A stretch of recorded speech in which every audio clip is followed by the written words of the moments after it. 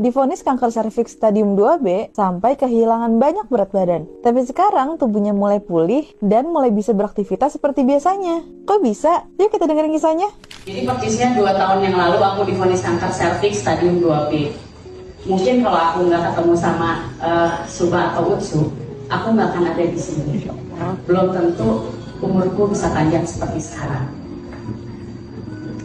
Tepatnya 2021, aku divonis kanker serviks stadium 2A awalnya dengan berbagai macam proses karena akunya stres, aku dipijit, beberapa alternatif aku juga konsumsi.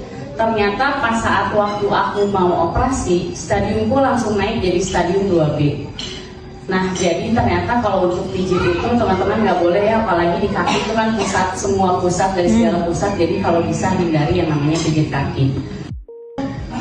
Nggak ada yang aku konsumsi selain pijit, dan pada saat itu aku tuh benar-benar udah keluar yang namanya keputihan yang berlebih. Jadi sehari itu aku bisa ganti kurang lebih 20 kali pembalut.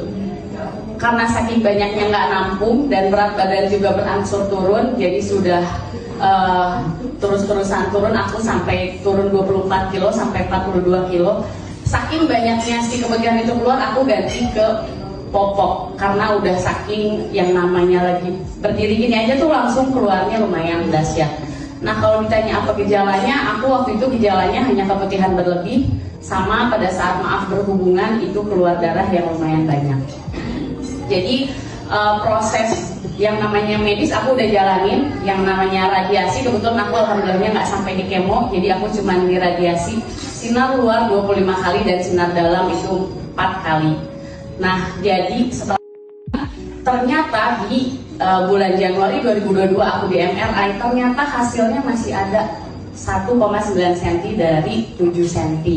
Jadi ternyata si cancer ini masih bandel nih, masih nempel di badan aku. Nah, dari situ aku nggak jalanin lagi medisnya, cuma dokter bilang yang namanya kanker itu silent killer, dan yang namanya kanker itu baru bisa dinyatakan bersih setelah 10 tahun kita dinyatakan bersih. Jadi dokter cuma nyaranin coba cek rutin yang namanya darah, cek darah sama pap smear aja, karena kalau cek darah itu ada namanya CEA sama CA125 itu untuk mengetahui kanker kita masih aktif atau enggak. Jadi bulan Juni aku cek hasilnya masih kurang bagus, bulan Agustus kurang bagus, dan di tahun September tahun 2022 sahabatku Mbak Mia ngenalin yang namanya produk ASC ini, Soxbarasia Oxyfusi. Jadi baru aku konsumsi 3 hari nih, karena kan hampir 1 tahun aku nge-flag gak berhenti ya teman-teman. Jadi setelah ini kan panas banget tuh, saking panasnya